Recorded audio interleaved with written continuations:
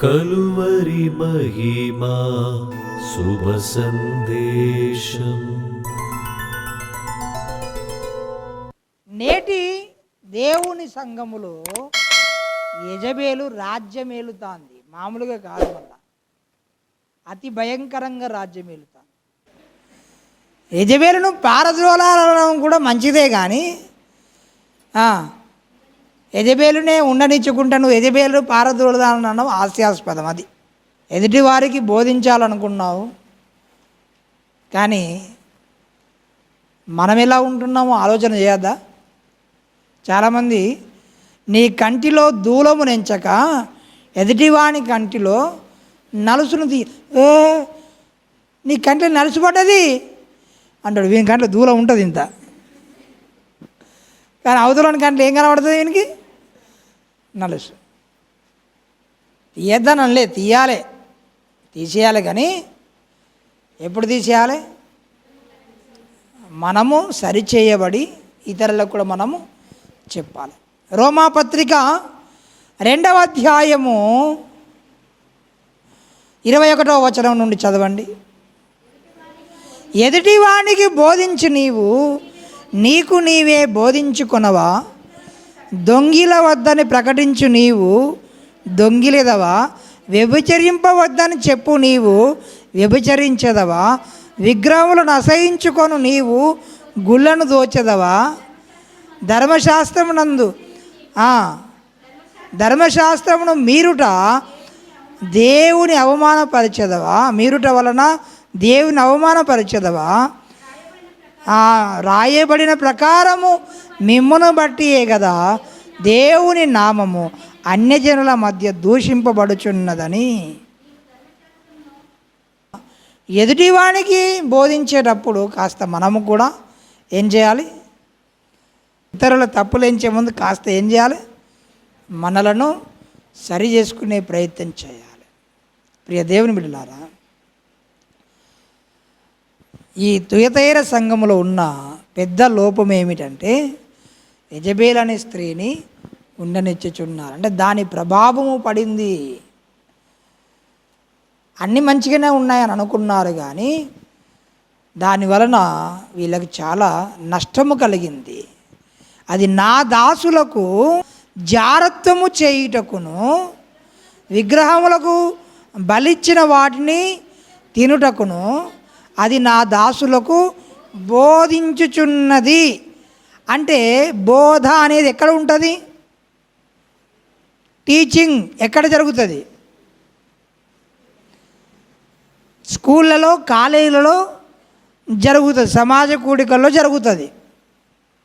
అంటే ఇప్పుడు యెజబేలు ఎక్కడ ఉన్నదంటే, ఎక్కడి నుంచి అయితే తన ప్రజలకు సత్యమును బోధించాలో అక్కడ నుండే ఏం బోధించేటట్టు ప్రయత్నం చేస్తుంది? అబద్ధమును బోధింపజేస్తుంది, అపవిత్రతను బోధింపజేస్తుంది.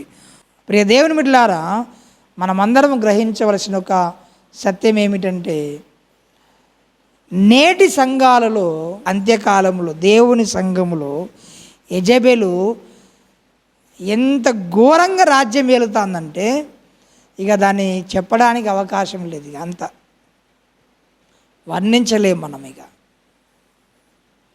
అది దేవుని దాసులను, దేవుని ప్రజలను తన గిప్పిట్లో పెట్టేసుకుంది. జారత్వం చేయుటకు విగ్రహానికి బలి ఇచ్చి దాన్ని తినను. విగ్రహముకు బలి ఇచ్చింది తినద్దని మన సండే స్కూల్కి తెలుసు. దానికి నువ్వు బైబిల్ కాలేజీ పెట్టి, ఓపెన్ యూనివర్సిటీ పెట్టి సత్యాన్ని క్లోజ్ చేస్తానవా?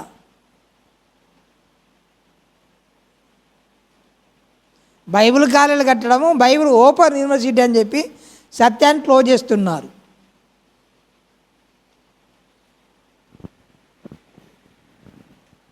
ఎక్కడో లేదు.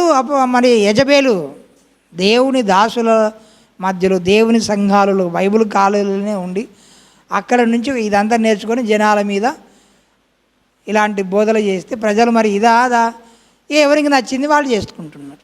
అందుకొరకే ఎవరిని నమ్మద్దు, వాక్యాన్ని నమ్మండి. ఇక్కడే మనము గమనించవలసిన విషయం ఏమిటంటే, వాక్యమే శిరోధార్యం అని అంటాడు, దొంగ అని అన్నట్టు. ఇంతకు మునుపు వాడు కూడా వాక్యాన్నే చూపెడతాడు, కానీ సెలెక్టివ్గా చూపెడతాడన్నట్టు. అది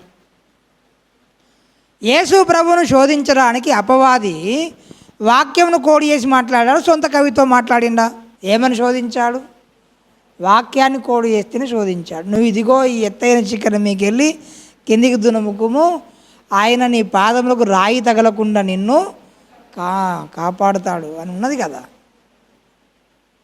91వ కీర్తన కోడి చేసి మాట్లాడారు అన్నట్టు.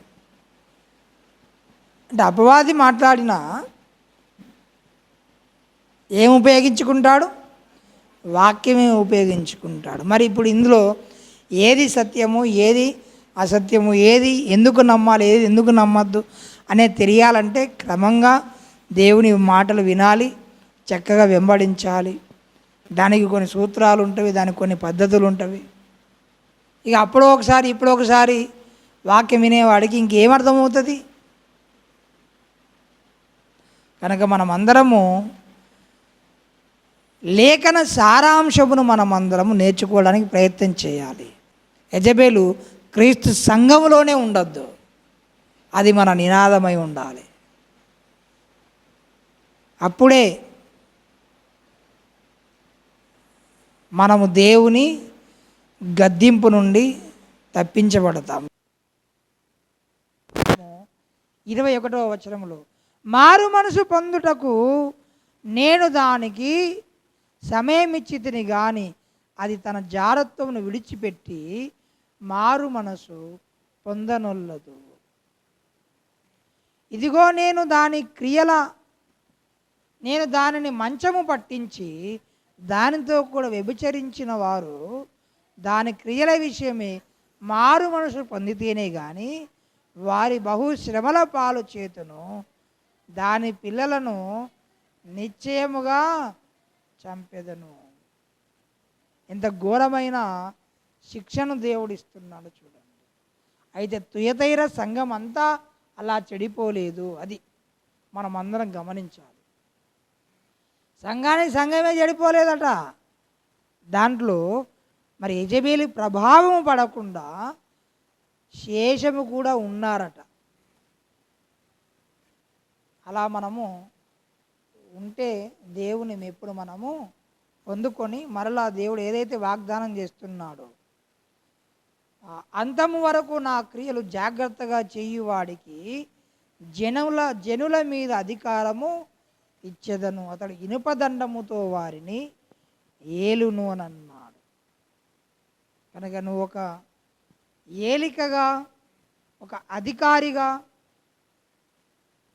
నువ్వు ఉండాలి దేవుని దృష్టిలో. కానీ దేవుని ద్వారా గద్దింపును పొందుకుంటే మనకు బహుమానం అనేది మిస్ అయిపోతుంది. కనుక రండి ప్రార్థన చేసుకుందాం. తలలు వంచి కళ్ళు మూసుకొని దేవుణ్ణి అడుగుదాం. అందరము ప్రార్థన చేద్దాం. ప్రతి ఒక్కరం ప్రార్థన చేద్దాం. తుయతైర సంఘము దేవుని యొక్క గద్దింపును ఎదుర్కొంటుంది. సామాన్యమైన ప్రజానికము ఒక్కరు కూడా ఒక్క తప్పు కూడా మోపలేరు. చక్కగా భక్తిలో పెరిగారు వారు. నువ్వు ప్రజలందరి దృష్టిలో మంచి వాడవుగా, మంచి క్రియలు చేసేవాడవుగా నీకు పేరుండొచ్చుగాక. కానీ దేవుని దృష్టిలో ఏదో దేవుడు నీ మీద తప్పు మోపే అవకాశము లేకపోలేదు. అందుకొరకే దావీదు అంటాడు, దేవా నీవు మా దోషములను లెక్కింపజూసిన ఎలా ఎవడు నిలవగలడు అని అన్నాడు. మనము పాపము చేయలేదని చెప్పుకొని ఎడల దేవునిని అబద్ధికునిగా చేసిన వారం అవుతామని అన్నాడు. కనుక దేవుని వాక్యపు కాంతిలో మన జీవితాలను పరీక్షించుకునే సమయం ఇది. రండి.